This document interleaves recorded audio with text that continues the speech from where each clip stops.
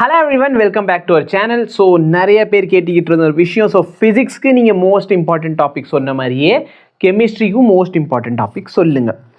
நான் சொல்ல போகிற இந்த மோஸ்ட் இம்பார்ட்டன்ட் டாப்பிக்கில் இருந்து பார்த்தீங்கன்னா கண்டிப்பாக நீங்கள் கொஷின்ஸை எதிர்பார்க்கலாம். ஓகேவா? அந்த அளவுக்கு இந்த டாபிக் வந்து ரொம்பவே இம்பார்ட்டண்ட். இது வந்து நாங்கள் ஃபுல்லாக உட்காந்து என் ஸ்டூடெண்ட்ஸ் அனலைஸ் பண்ணாங்க. ஓகேவா? எனக்கு ஃபிசிக்ஸ் நான் உட்காந்து அனலைஸ் பண்ணி, கெமிஸ்ட்ரி வந்து ஒரு சில ஸ்டூடெண்ட்ஸ் வச்சு அனலைஸ் பண்ணி அவங்க தான் எனக்கு இதை அனுப்பி விட்டாங்க.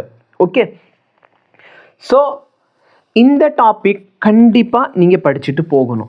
சார் நான் 160க்கு 180க்கு 160 வாங்கணும்னு ஆசைப்பட்றேன், அப்போ எனக்கு என்ன பண்ணுறது? நீங்கள் 25 டாபிக் தானே சொல்ல போகிறீங்கன்னா நல்லா பாருங்கள். அந்த 160 மார்க்கில் பார்த்தீங்கன்னாலும் கண்டிப்பாக இந்த கொஷின்ஸ் வரப்போகுது.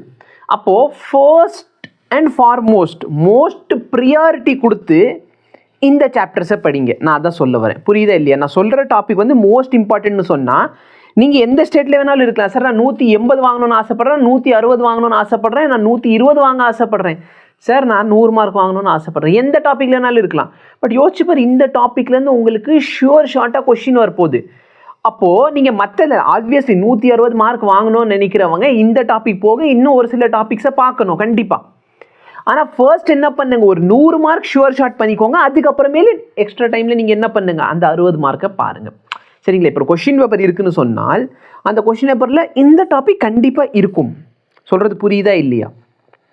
அப்போ ஃபர்ஸ்ட் நீங்கள் என்ன பண்ணுங்க, இந்த 100 மார்க்கை ஷுவராக தெரிஞ்சு வச்சுக்கோங்க.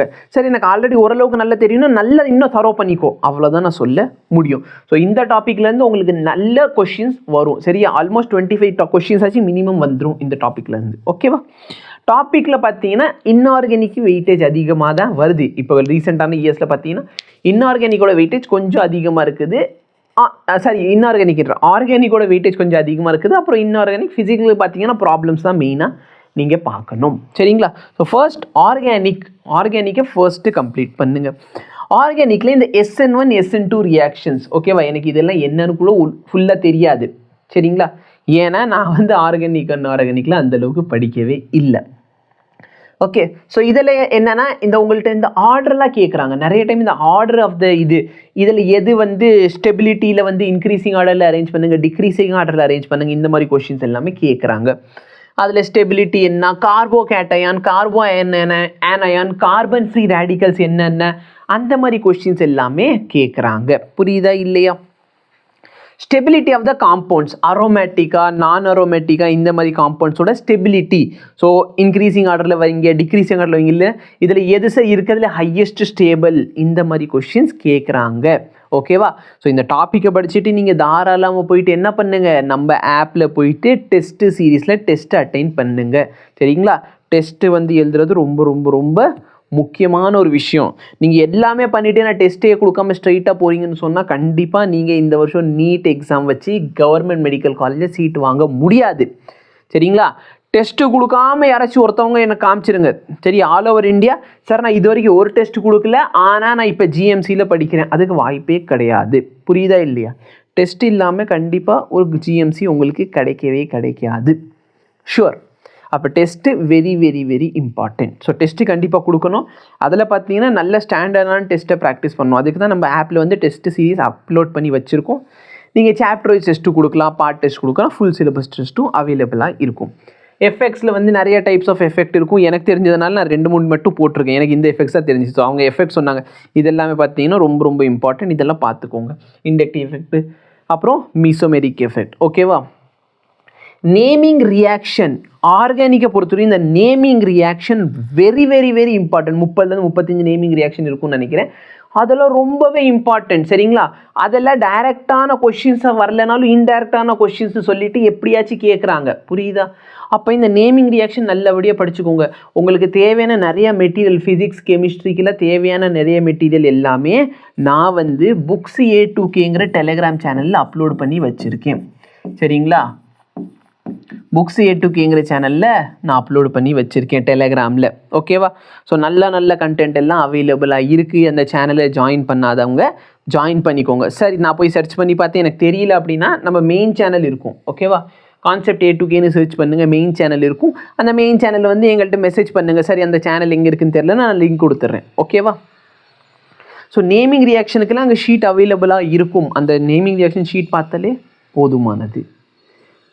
காப்ஸ்னா பேசிக்கலி கார்போஹைட்ரேட்டை தான் ஷார்ட்டாக காப்ஸ்னு சொல்லுவோம். ஸோ கார்போஹைட்ரேட்டு, விட்டமின்ஸ் இதை வச்சுக்கிட்டு கொஷின்ஸ் கேட்குறாங்க. இதெல்லாம் ரொம்ப இம்பார்ட்டண்ட். ஃபர்ஸ்ட் அண்ட் ஃபார்மோஸ்ட் ஆர்கானிக்கை முடிங்க, சரிங்களா? நல்ல ஸ்கோரிங் டாப்பிக்காக இருக்கும். இன்ஆர்கானிக்கு பார்த்தீங்கன்னா அகைன் நான் நிறைய வந்து ஹைலைட்டட் என்சிஆர்டி இந்த மாதிரி மெட்டீரியல்ஸும் போஸ்ட் பண்ணிக்கிட்டு இருக்கேன். ஸோ உங்களுக்கு வேணால் இந்த டெலிகிராம் சேனல் ஒரு தடவை செக் அவுட் பண்ணி பாருங்கள். இன்ஆர்கானிக்கில் பார்த்தீங்கன்னா இந்த ஐயூபேக் நேமிங்கு, ஓகேவா? ஸோ நார்மலாக பார்த்தோன்னா அந்த 100க்கு மேலே உன் இன் பின் அந்த மாதிரிலாம் பேர் வரும் பார்த்தியா? UNBI, உன் இன்னியம், உன் பின்னியம் அந்த மாதிரிலாம் பேர் இருக்கும். ஸோ அந்த மாதிரி 114க்கு என்ன பேர், திடீர்னு என்ன பண்ணுவாங்கன்னா 114வது எலிமெண்ட்டோட பேரை கொடுத்துருப்பாங்க. அதோட ஒரிஜினல் நேம் என்ன, அதாவது பேர் வைக்கிறதுக்கு முன்னாடி தான் இந்த உன் இன்பியம் இதெல்லாம் இருக்கும், சரிங்களா? ஸோ அதோட ஒரிஜினல் பேர் என்ன, இந்த மாதிரி கொஷின்ஸும் கேட்குறாங்க. ஸோ அந்த டாபிக், ஸோ அதில் ரொம்ப பேசிக்கான விஷயங்கள் அயனைசேஷன், என்தால்பி, எலக்ட்ரோநெகட்டிவிட்டி இதெல்லாம் பார்த்தீங்கன்னா இந்த பீரியட் டேபிளில் எப்படி போகிறப்ப என்ட்ராஃபி இன்க்ரீஸ் ஆகும், எலக்ட்ரோநெகட்டிவிட்டி மேலே போகிறப்ப என்ன ஆகும், அலாங் த ரோ போனால் என்ன, அலாங் த காலம் அதோட பேர் தான் என்னன்னு சொல்வீங்க, அலாங் த பீரியட் என்ன ஆகும், அலாங் த குரூப் என்ன ஆகும். கரெக்டாக இல்லையா? பீரியட்னா இதான் பீரியட், எனக்கு தெரிலப்பா, சரிங்களா? ஸோ 7 பீரியட் 18 குரூப்ஸ் இருக்கும். அப்போ இதான் பீரியட், இதான் குரூப்ஸ், கரெக்டாக? சரி, நம்ம மேபி மாற்றி கூட சொல்லியிருக்கலாம். ஓகே, ஸோ ரேடியஸ் என்னவாக இருக்கும், எதோட ரேடியஸ் பெருசாக இருக்கும், திடீர்னு 4-5 எலிமெண்ட் கொடுத்துட்டு இதோட ரேடியஸோட ஆர்டரில் அரேஞ்ச் பண்ணுங்க, இந்த மாதிரி கொஷின்ஸ் கேட்குறாங்க. Bond order, bond length, bond energy இதை வச்சு கொஷின்ஸ் கேட்குறாங்க. Very very very important topic. அடுத்து VSEPR தியரி, அப்புறம் MOT, சரிங்களா? VSEPR உங்களுக்கு தெரியும், வேலன்ஷன் எலக்ட்ரான் பேர் ரிப்பல்ஷன். அதே லெசனில் தான் இந்த MOT வரும். MOTனா எனக்கு மாலிகுலர் தியரின்னு நினைக்கிறேன், ஓகேவா? நாட் ஷுவர், அப்படி தான் நினைக்கிறேன், மாலிகுலர் தியரி தான் நினைக்கிறேன். அப்புறம் ஹைப்ரிடைசேஷன். ஸோ நிறைய பேர் வந்து இங்கே எனக்குள்ளார நல்ல ஹைப்ரிடைசேஷன் படிச்சிட்டிங்கன்னா இது உங்களுக்கு எங்கே ஹெல்ப்ஃபுல்லாக இருக்கும், ஆர்கானிக்கில், சரிங்களா? sp2 ஹைப்ரிடைசேஷன், sp2d இந்த மாதிரி ஹைப்ரிடைசேஷன், சரிங்களா? ஸோ ஹைப்ரிடைசேஷன்னா என்னன்னு இங்கே பார்த்துக்கோங்க. சிக்மா பாண்டிங்னா என்ன, பை பாண்டிங்னா என்ன, இது எல்லாமே நல்ல பேசிக்கான விஷயங்கள் தெரிஞ்சுக்கோங்க. அசிடிக் ஸ்ட்ரென்த்து, பேசிக் ஸ்ட்ரென்த்து, ஓகேவா? ஸோ அதை வச்சுக்கிட்டு கொஷின்ஸ் கேட்குறாங்க. இதில் எது more acid, more base, oxo acid, அப்புறம் இன்னட் பேர் எஃபெக்ட், இதில் எதெல்லாம் இன்னட் பேர், அப்புறம் ரொம்ப important crystal field stabilisation energy, CFSEன்னு சொல்லுவோம், சரியா? CSFE, VSEPR. ஸோ இதெல்லாம் பார்த்தீங்கன்னா ரொம்ப இம்பார்ட்டன்ட். அப்புறம் மேக்னெட்டிக் மொமெண்ட்டில் ஒரே ஒரு ஃபார்முலா இருக்கும், √n × n+2 நினைக்கிறேன், சரிங்களா? ஸோ அந்த ஃபார்முலா வச்சு கொஷின்ஸ் நிறையவே கேட்குறாங்க. நல்லபடியாக படிச்சுக்கோங்க, ஓகேவா? ஃபிசிக்கல் கெமிஸ்ட்ரியில் பேசிக் வந்து நம்பர் ஆஃப் மோல்ஸ். ஏன்னா நம்பர் ஆஃப் மோல்ஸ் தெரிஞ்சுன்னா உங்களுக்கு 11th some basic concepts of கெமிஸ்ட்ரியும் நல்லா கிளியர் ஆயிரும். 12th இருக்க சொல்யூஷன் லெசன்லையும் பேசிக் பார்த்தீங்கன்னா நம்பர் ஆஃப் மோல்ஸ் தான். ஸோ நம்பர் ஆஃப் மோல்ஸ் ஆகட்டும், இந்த ஸ்டாய்ச்சியோமெட்ரி ஆகட்டும், சரிங்களா? மொலாரிட்டி, மொலாலிட்டி, மோல் ஃப்ராக்ஷனு, ஏன்னா அதெல்லாம் தெரிஞ்சிச்சுன்னா உங்களுக்கு டால்டன் ப்ரெஷரு, ஓகேவா? Total pressure, Dalton pressure, Dalton law of partial pressure, இந்த மாதிரி இம்பார்ட்டன்ட் டாபிக்ஸ் எல்லாத்தையும் நீங்கள் கவர் பண்ணிடுவீங்க, சரிங்களா? So number of moles, molarity, molality, density வச்சுக்கிட்டேன்னு ஒரு சில டைம் என்ன பண்ணுவாங்கன்னா மொலாரிட்டி கேட்பாங்க. மொலாரிட்டியோட formula number of moles of solute divide by volume of solution in litre. Volume of solution கொடுக்காம வால்யூம் ஆஃப் த சொல்யூட்டோட வால்யூம் ஆஃப் சொல்யூஷன் தேவை, ஆனால் இவங்க கொடுத்துருவான் டென்சிட்டி ஆஃப் த சொல்யூஷன் கொடுத்து வச்சிருப்பான். ஸோ அந்த மாதிரி கொஸ்டின்ஸ் வச்சுக்கிட்டு லாங் மெத்தட் இருக்குது, ஆனால் ஷார்ட்கட்ஸும் இருக்குது. டேரெக்டான ஃபார்முலா தெரிஞ்சு டேரெக்டாக ஷார்ட்கட்டில் நீங்கள் சால்வ் பண்ண முடியும், ஓகேவா? அகைன் இந்த லெசன்ஸ்க்கெல்லாம் நான் ஃபார்முலா ஷீட் வந்து டெலிகிராம் சேனலில் அப்லோட் பண்ணி வச்சுருக்கேன். எங்கன்னா மெயின் டெலிகிராம் சேனல்லே இருக்கும், ஓகேவா? கான்செப்ட் A2Kலே அவைலபிளாக இருக்கும். குவாண்டம் நம்பரில் 4 டைப் ஆஃப் குவாண்டம் நம்பர் இருக்குது. Principal quantum number, azimuthal quantum number, சரிங்களா? அதான் ஆங்குலர் குவாண்டம் நம்பர்னு சொல்லுவோம். அப்புறம் மேக்னெட்டிக் குவாண்டம் நம்பர், அப்புறம் ஸ்பின் குவாண்டம் நம்பர், இந்த மாதிரி 4 குவாண்டம் நம்பர் இருக்குது. ஸோ இந்த 4 குவாண்டம் நம்பரில் எது பாசிபிள் கிடையாது அந்த மாதிரி கேள்வி உங்கள்கிட்ட கேட்கலாம். அப்போ நம்மளுக்கு அந்த கண்டிஷன் தெரியணும். எல்லோட வேல்யூ n-1 இருக்கணும். நம்ம எம்எஸோட வேல்யூ -L +L வரைக்கும் வரும், இந்த மாதிரி கொஷின், ஓகேவா? அப்புறம் பார்த்தீங்கன்னா போர் மாடல் உங்களால் இங்கே படிக்க முடிஞ்சால் இங்கே படிச்சுக்கோங்க, இல்லைன்னா ஃபிசிக்ஸில் படிச்சுக்கோங்க. ஏன்னா போர் மாடலை பொறுத்த வரைக்கும் ஃபிசிக்ஸில் கண்டிப்பாக ஒரு கொஷின் வரப்போகுது. ஸோ அங்கே படிச்சிங்கன்னா இங்கே போனஸான ஒரு கொஷின் நீங்கள் சால்வ் பண்ணிட முடியும், ஓகேவா? என்னை பொறுத்தவரைக்கும் இங்கே கெமிஸ்ட்ரியில் படிக்கிறத ஃபிசிக்ஸில் படிக்கிறது இன்னும் பெட்டர். ஏன்னா ஃபிசிக்ஸில் பார்த்தீங்கன்னா இன்னும் டெப்த்தான டெரிவேஷன்ஸ் இருக்கும், kinetic energy, potential energy formula எல்லாமே வரும் ஃபிசிக்ஸில். ஸோ அங்கே படிச்சுக்கோங்க. Spontaneity of the equation. So இந்த delta G is equal to H minus S times delta T அந்த ஃபார்முலா இருக்கும். அப்போ ஒரு குறிப்பிட்ட இடத்துல பார்த்தீங்கன்னா நம்ம ஈக்குவேஷன் குறிப்பிட்ட டெம்பரேச்சரில் ஈக்குவேஷன் ஈக்குலிபிரியமில் இருக்கும். டெம்பரேச்சரோட வேல்யூ அதுக்கு மேலே போயிடுச்சுன்னா நம்ம டெல்டா ஜி என்னவாயிரும், நெகட்டிவாக மாறிடும். டெல்டா ஜி நெகட்டிவ் ஆயிடுச்சுன்னா ஆட்டோமேட்டிக்லி இது வந்து ஸ்பான்டேனியஸ் ரியாக்ஷன் வந்து ஃபார்வர்ட் டைரக்ஷனில் போதா இல்லை ரிவர்ஸ் டைரக்ஷனில் போதா, இது எல்லாமே தெரிஞ்சுக்கணும்னு சொன்னால் உங்களுக்கு அந்த டாபிக் தெரியணும். ஈக்குலிபிரியம் ரொம்ப கஷ்டம்னு சொல்லுவீங்க. இந்த ஒரு ஃபார்முலா வச்சுக்கிட்டு நல்லா பார்த்துக்கோங்க. ஈக்குலிபிரியமில் இதுலேருந்து கொஸ்டின்ஸ் கேட்குறதுக்கு வாய்ப்புகள் அதிகம். KP is equal to KC RT whole power delta N. சரிங்களா? இந்த டெல்டா என்னோட வேல்யூ பாசிட்டிவாக நெகட்டிவாக பேசிக்கில் இந்த ஈக்குவேஷனை நம்பர் ஆஃப் மோல்ஸ் ஆஃப் கேஸோட நம்பர் ஆஃப் மோல்ஸ் வச்சு நீங்கள் இது கண்டுபிடிச்சிட முடியும். அப்புறம் பார்த்தீங்கன்னா ரெடாக்ஸ் ரியாக்ஷனில் ஆக்சிடேஷன் நம்பர் கண்டுபிடிக்கிறது எப்படி? சரிங்களா? ஆக்சிடேஷன் நம்பர் கண்டுபிடிக்கிறது எப்படி? ரொம்ப சிம்பிளான டாபிக். சார் என்ன சார் இந்த டாபிக் இவ்வளோ சொல்கிறீங்கன்னா, நான் ஃபிசிக்கல் கெமிஸ்ட்ரி நடத்துவேன், ஓகேவா? அதனால் எனக்கு தெரியும். நல்லா பேசிக் தெரிஞ்சிருச்சுன்னா ஈஸியாக நீங்கள் சால்வ் பண்ண. அப்புறம் ஈக்குவேஷனை பேலன்ஸ் பண்ணுறது. அகைன் பார்த்தீங்கன்னா பேலன்ஸிங்க்கு நீங்கள் ஒரு லாங் மெத்தடை ஃபாலோ பண்ணணும், இல்லை ஹாஃப் அயனிக் மெத்தடை ஃபாலோ பண்ணணும்னு அவசியம் இல்லை. ஷார்ட்கட்லாம் நான் லெக்சரில் டீச் பண்ணி வச்சுருப்பேன், ஓகேவா?